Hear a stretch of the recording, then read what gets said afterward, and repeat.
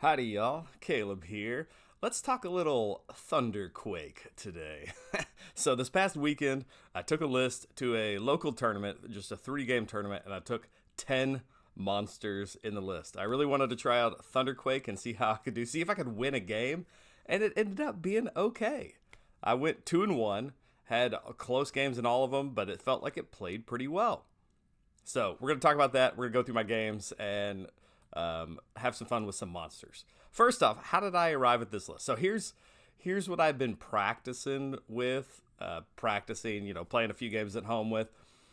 This is kind of what I wanted to do with Thunderquake. So I had Lord Croak with 2 Bastildons, Arc of Sotex, some Croxagore, a Skink Star Priest that I could put as Field Marshal if I needed to, a Stegadon Chief with Incandescent Retresses, Bean of the Stars, 2 Hunters of Huanche, and an Engine of God. So I had a lot of options here on how to deploy this and play it. You could put Croak in the middle of just a super beefy castle of the 2 Bastildons and the Engine and the Stegadon. I mean, nobody wants to touch that. You could also spread out the Stegadon to go grab objectives, just be a nuisance because he's hard to kill. Bastildons could hang out with the Engine and Croak with the Croxagore. There's plenty of options here. A very flexible list. I like this a lot. Probably a better list. But I thought, as much fun as I was having with these monsters, I was like, I think I could fit more.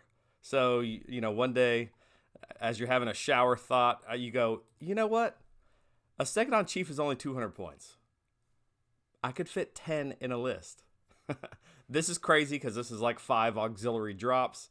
And so you're going to give your opponent an extra command point every single turn. So probably not the best option, but I started thinking, could I even fit more monsters? And you could. You could actually go with 11 monsters here if you did Stegadon Chief and then 10 Engine of the Gods.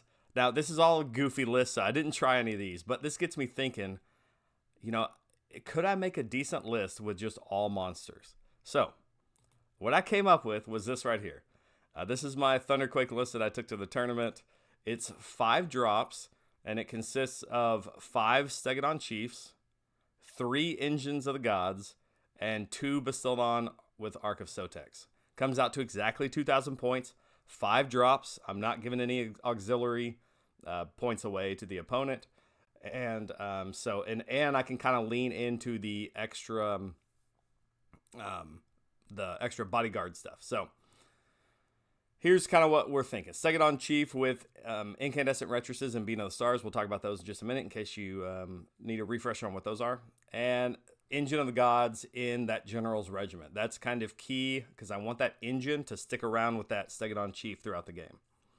The rest of it just doesn't matter. In each battalion, you have a hero, Stegadon Chief, and another monster that goes along with it. So, the 3 engines, they're going to be trying to buff everyone up by either letting everybody fight first or healing. And so you're gonna build that power up in the first hero phase, try to blast it off in the second if there's a use for it, or hold on to it into the third turn as needed. One of the best things about this list is all the monsters' actions. So you have a variety of monsters' actions that you'll be able to use. Now you've only got access to 3, and you can only use 1 in each phase from each of these monsters, but they do become quite useful. We'll look at those in a second. First off, the loadout for the hero, for the general, is Bean of the Stars. Makes the general essentially ethereal. So kind of like Night Haunt. It's always going to be a 4-up save. No matter how much Ren somebody's giving you, it's going to be a 4-up save. It just makes him quite difficult to kill against things that are high Ren. So that's really what you're looking to get him into, is the high Ren stuff. You don't want volume of attacks because that will get through. The artifact is Incandescent Retresses. In any hero phase, so both mine and yours, this monster will heal D3. This becomes good as you're trying to keep this general alive. You can do rally, and you can do heals, and you've got heals from Engines of the Gods. So as long as he doesn't die in that turn, you should be able to keep the Stegadon Chief churning back up and going. One of the keys to this list was the Bodyguard ability. This is from the season rules of Honor Guard. So you pick a model that gets this in the deployment phase, And so I'm giving the honor guard to my Engine of the Gods. So the Engine of the Gods is going to stick right there with that Stegadon Chief, so that the Stegadon Chief always has -1 attacks versus it and is unrendable. And healing in both phases. So, I mean, you're really building into this to make it as tough as possible, that little group. The other one, since I am 5 drops, I'm basically counting on getting another Honor Guard ability every game. And Prize Beast really works into this. And so you'll pick one of the other monsters from one of your other battalions to get the Prize Beast, which basically gives them always a +1 to hit. At first, I think for the first 2 games, I used this on an Engine of the Gods, just in one of these battalions here. But I think at my 3rd game, I ended up switching it over and using it on a Bastildon with Ark of Sotek, just to get a few more attacks through, because they were generally always in combat for a while. And so I wanted to try to get some of those tail swipes through. To be honest, it doesn't make that big a difference. This list doesn't do a whole lot of damage. It's all about staying alive on objectives. I wanted to highlight the monstrous actions real fast because I think this is probably the best thing in this list is the monstrous actions. So the first one here is the Crushing Stomps. This one is on the Stegadon Chiefs. All of them have it, but you're only going to be able to use it once per turn in the combat phase on one of your Stegadons. So you pick an enemy unit in combat with this unit to be the target, roll a d3. On a 2-up, you inflict the amount of mortal damage equal to the roll. So it's that standard d3 roll. If you charged, you add 2 to that amount, which ends up being pretty significant. So when you charge a Stegadon Chief, you could do 5 mortal wounds. But not only that, if somebody charges you, you've got a chance to do d3. This combos up really well with the rest of these. So over there on the right is the Engines of the Gods. If somebody charges an Engine of the Gods, you get this Rampage, which is roll a d3. On a 2-up, you inflict that amount of mortal damage and your +1 save. This really helps out the Engine stay alive a little bit longer if you get the roll, and then does some mortal wounds. Good. It also combos with the Stegadon Chief. So remember how we're keeping a Stegadon Chief and an Engine of the Gods right there together? So if somebody charges those 2 units, potentially they'll have to take 2 d3 mortal wounds as they charge those units. Add in the Ark of Sotek, the one on the bottom left here. This is the Bastildon with Ark of Sotek. Pick up to 3 different enemy units within 9 inches of this unit to be the target. Roll a d3 for each target. On a 2-up, inflict the amount of mortal damage on the target equal to the roll. So again, another access to d3 mortal wounds. This one, you don't have to be in combat with. This one can go off even if nobody's in combat with this Bastildon, and it can reach out to different units. So this one is by far the best of them all. I was able to pop like little heroes with this as the battle continued. There's a lot of times where things are within 9 that this Bastildon isn't in combat with that you can do mortal wounds to it. But as you have your Stegadon Chief, your Engine, and your Bastildons all together, potentially somebody who's charging those monsters is going to take 3d3 mortal wounds. It's not insignificant amount of damage, and over the course of 3 games, these monsters actions did a lot of work for me. So very good, especially if you're charging. Let's say you don't have any good targets this turn, but you're charging a Stegadon Chief out on the flanks into a smaller unit. If he can do 5 mortal wounds before he even attacks, you have a good chance at doing quite a bit of damage from that Stegadon Chief. So I like that a lot. Let's see, anything else about this list that we need to highlight? Because it has enough monsters, well, I'll talk about this on deployment. We'll look at this on deployment. I think there's some fun tactical stuff you can do to still get battle tactics, even though you have a big slow army with a bunch of monsters. You have enough of them that you can get battle tactics with monsters while still claiming objectives. So it's kind of fun. All right, on to game 1. Game 1, we're playing Star Strike. And this is the battle plan where an objective is going to fall in the middle at the very beginning of the game after you've decided the active player, and then 1 on each territory at round 3. So I kind of like this one with all these monsters because I can just swarm that middle objective and then pray that the objectives in our territory fall somewhere helpful for me. But I should be able to get that first objective pretty easily with all my monsters. Counting as 5 each one on objectives, the list isn't too bad at holding objectives. Unfortunately, I was going to face Sebastian. I like Sebastian, but he's got a ton of Rockgut Troggoths. This is I was looking at this list thinking, this is going to be really tough for me because these trolls can do a ton of damage. They can easily lift a monster a turn. And they're very difficult to kill. So he's got really good melee. So I'm a little worried about this one. You can see his list there. Here's kind of deployment. You can see I'm pretty spread out. I liked to deploy at least one Stegadon Chief on each corner to go take the lands, or take the flanks, turn 1 if needed. And then generally I keep my general, an engine, and a Bastildon there in the middle to prevent seize the center if possible. So I'm going to try to shove my general right there in the middle against his 6 trolls here, and hopefully he can keep them tied up for a little bit. Being unrendable versus their high rend, reducing their attacks by 1, because a bodyguard should be about as good a defense against them as I can. In this battle plan, this is a great one for the asterism that's -1 to rend, and so I do that, and I keep all my monsters from crossing over the midpoint line for most of the game until I have to press the attack. But that helps also my defenses on all the other monsters. And with an Engine of the Gods, that's actually really good, because if he charges the engine and the helmet goes off, I'm +1 to save. I'm -1 rend from the asterism, and then if I do all-out defense, all of a sudden I'm negating all of the trolls -3 rend to their attacks. So you can make these things pretty difficult to kill.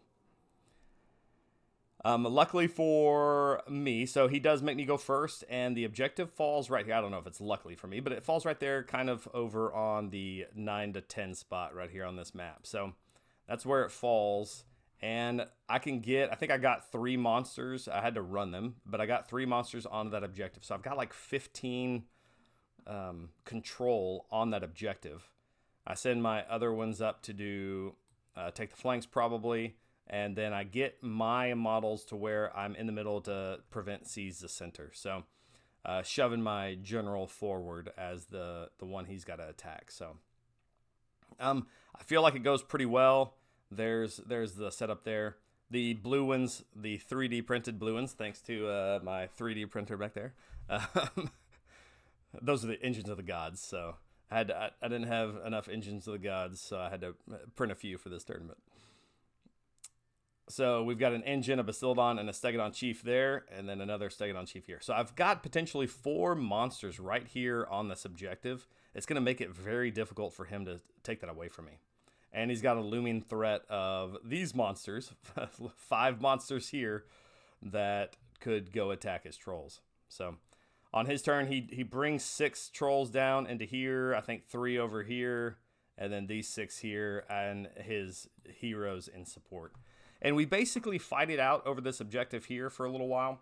And I think I end up winning that fight versus the 3 trolls. I just had too much, or versus the 6 trolls. I just had too much beef there. I think he even brought in his Dankhold Troggoth after a little bit and was fighting there too. But I was able to win that fight for a while. And these trolls here just got stuck in combat with my chief. Just wasn't able to kill him off with all the debuffs. So that was kind of nice. That left some of my other stuff free. I was attacking this troll here, eventually worked it down, and was able to continue to score the objectives. As the game progressed, we had one objective fall down over here, which was probably fairly lucky for me because I had some Stegadons that could easily push that way, and he didn't have much left over on that left side.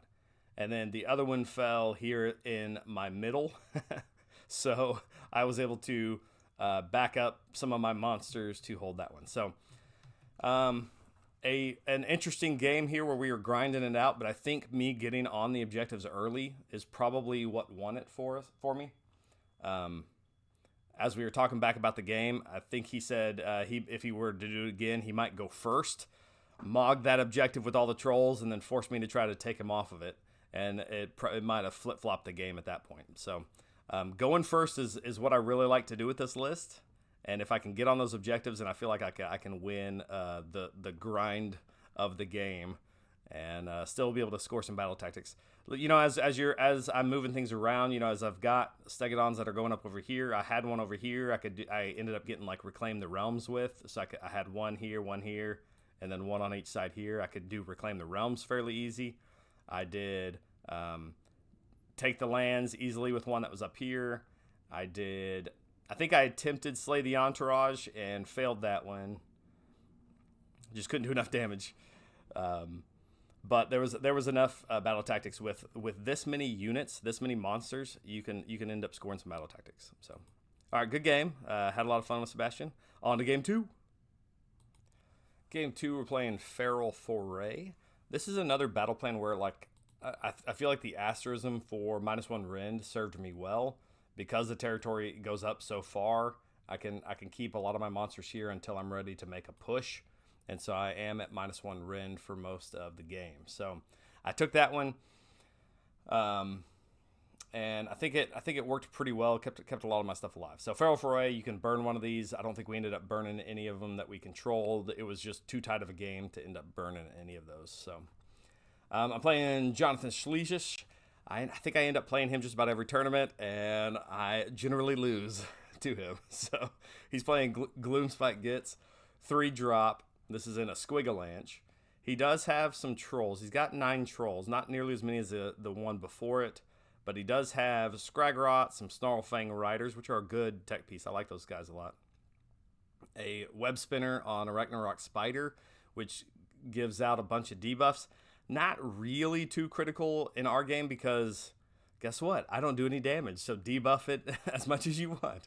Now, the Spider actually did pretty good. It has some mortal wounds that can pop out, and those mortal wounds, I think, ended up taking down a Bastildon one time. So, some actual decent damage from mortal wounds there. Some Spider Riders, a Squig Boss, a big unit of Squig Herd, or Squig Hoppers. Those are the dangerous ones. And then some Squig Herd. So, the big threats are going to be the Squig Hoppers and the Rot Guts. So I feel like I can deal with the Squig Hoppers if I can get into them. They're fragile enough as long as they don't get to attack first. But the Rot Guts, I just need to tie up kind of the same way I did the last turn with my General and see if I can keep them debuffed that way. So, here's a deployment. This is into my turn and turn, the bottom of turn 1. I forgot to get a picture of deployment. But he takes first, which I think was smart. He pushes over here on the left side. He pushes the Snarlfang Riders here to take the lands. Because if I try to attack them, he gets a movement in my movement phase. And then he gets a redeploy also. And he can prevent take the land. So he's done this to me more than once. And prevents take the land. Very good. But I am able to capture his Spider Riders over here with this Stegadon and take them off. Otherwise, he kind of just stays still. Kind of patiently waiting to see what I do. So I think in my first turn I had to seize the center. I did the same thing with my General and my Engine of the Gods and a Bastildon here. So we're screening out this objective. We're getting that group there that can do a lot of mortal wounds if he charges me and hopefully reduce his attacks down. Over here I'm just kind of being cagey, holding my objective, and then same here, kind of waiting to make our moves. So I get the priority into 2, but I give it away because I'm just not really set up to do much, and I don't really want to charge here. Maybe in hindsight, I just push. I push hard. Maybe I take the double turn and just send everybody in, and we fight it out over on his side of the board. Maybe that would have worked better. Let's see what my next picture is. Oh, that goes way too far. Okay, so he ends up doing... Let me delete some of these. So on his turn, he does come in with the trolls. And he's smart enough about it, though. And he sends them all this way. Gets a good charge. He sends them all into the engine and keeps the General out of combat. And sends in these Squigs into the General. So the Squigs can do just a bunch of attacks. Don't really care about the -1 to attack as much. And so he's able to kill the engine. It may have taken maybe into the next turn. Maybe, I can't exactly remember, but as soon as he kills that engine, now it's free range at the boss, because now you're not -1 to attack. So he was smart. He took out the bodyguard before he started attacking the general. I think he headed over here, maybe kind of started hitting this side, and we basically just kind of do a dance. He comes to the right and down towards my objectives, and I end up sending my forces this way. So in my turn, I'm able to push for this objective, but I fail a charge from this Stegodon, and that ends up actually costing me the game. So I fail this charge. I don't get that objective, which I think didn't get me my battle tactic or the objective, which cost me 5 points, and I end up losing by 4. So this one charge, you don't know it at this point in the game, but that one charge ended up costing me the game here. And he was able to like do a redeploy and his movement shenanigans with that one unit, but it was still, I think it was like a 7-inch charge or something, re-rolling, and I just couldn't get it. So so I end up failing that over here. I think that's what happened. And I clear these squigs. We're in a fight for a while with the trolls. My general does survive on a few wounds, and I'm able to kind of get him out and back and start healing him up, and he gets back to full health eventually. So that's not too bad. Over here, we hold on to this objective for most of the game versus him pushing down here on us. So I'm able to hold that one and then push this side, and we keep it really close. All right, I've written a whole lot on that screen. I think I still feel good at this point because I've got 3 monsters over here. I've got my general who's back to full health. He's kind of pushing here, but I'm able to pop off Scragrot with some mortal wounds from the Basildon. And now it's just a matter of running away from these trolls and playing the board. Unfortunately, these three Stegodons cannot kill that one troll. That one troll. He stays alive for probably 2 turns. It's so frustrating. And that allows him to throw up some screens here between he's got a hero here and his Loon Shrine. So that one troll kept me pinned in so long. And was really keeping me from making a push onto his objectives over there. So at this point, I felt like I had the game, but that troll stayed alive way longer than I thought. And then he makes a charge after I redeploy. I redeploy pretty good, and he still makes the charge with these trolls, and he lifts the general in 1 turn. So the trolls hit hard that time. Didn't make the 4-up saves that I needed to, and I mean they're doing 3 damage each, so you miss like what? I guess 6 of those out of all of their attacks, and he's dead. So that's what I did. So he kills that general, and now I'm not feeling all that great. And he ends up being able to screen me out, and I wasn't able to get a battle tactic in the last rounder. Let's see, in the last 2 rounds, I wasn't able to get a battle tactic just from how I was tied up. And ended up losing the game by 4 points. So really close game. I think we pushed each other pretty hard here, and it was a lot of fun. And it turned out that these monsters fared pretty well. Here's how the game ended. He's got all 3 of my objectives, and he still owns this one up here. I own those 2. So great game though, a lot of fun, and it's probably the closest game I played against him in quite some time. So I consider that a moral victory. Game 3, we're playing Battle for the Pass, and I like this one also because I can set up to push pretty hard onto these objectives while still holding my own, and then at some point I can push with my monsters, and if I can sneak some monsters onto his objective, generally you can sneak 2 monsters on there into combat, and you can steal that objective fairly easily. So I like this one. I like this one for all the monsters list. I'm playing against Esteban and his Flesh Eater courts. Usharon. I do not like Usharon. He has killed so much of my army in the past. That hero does so much damage, it's ridiculous. So he's got Usharon, a bunch of Morbeg Knights here and here.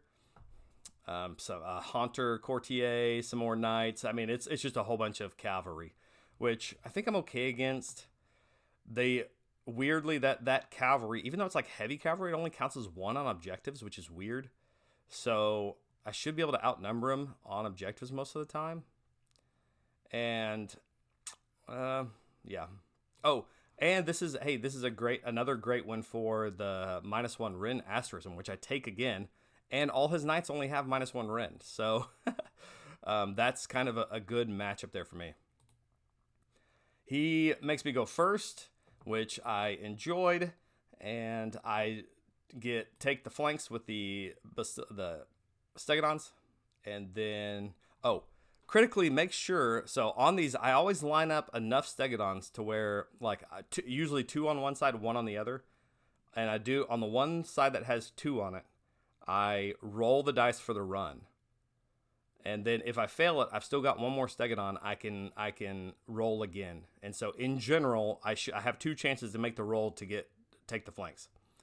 Once I get it on that side, then I auto run the 1 on the left side. So that's kind of been my strategy all these games, because you do have to roll a run for at least, or for them to take the flanks. So keep that in mind if you're trying to do the same kind of thing.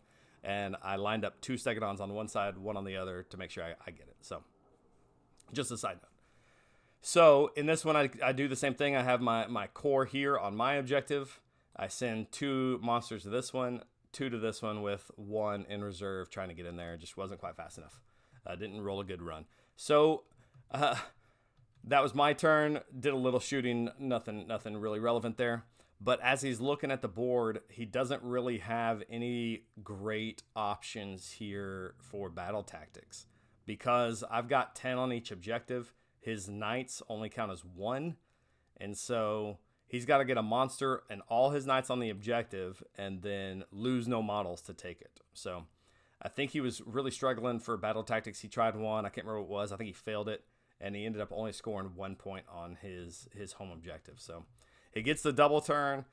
Doesn't have any penalties because he's down by so many points. And so he can still attempt another battle tactic. But at this point, I think he's pretty tied up. And so his knights do charge my monsters, I think, in his first turn, but just don't quite do enough damage because I am -1 to his rend. And then these engines, one of them got +1 to their save.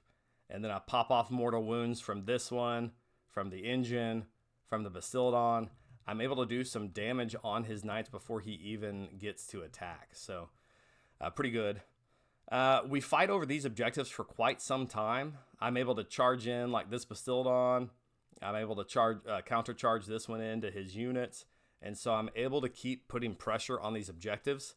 And we fight over these for quite some time.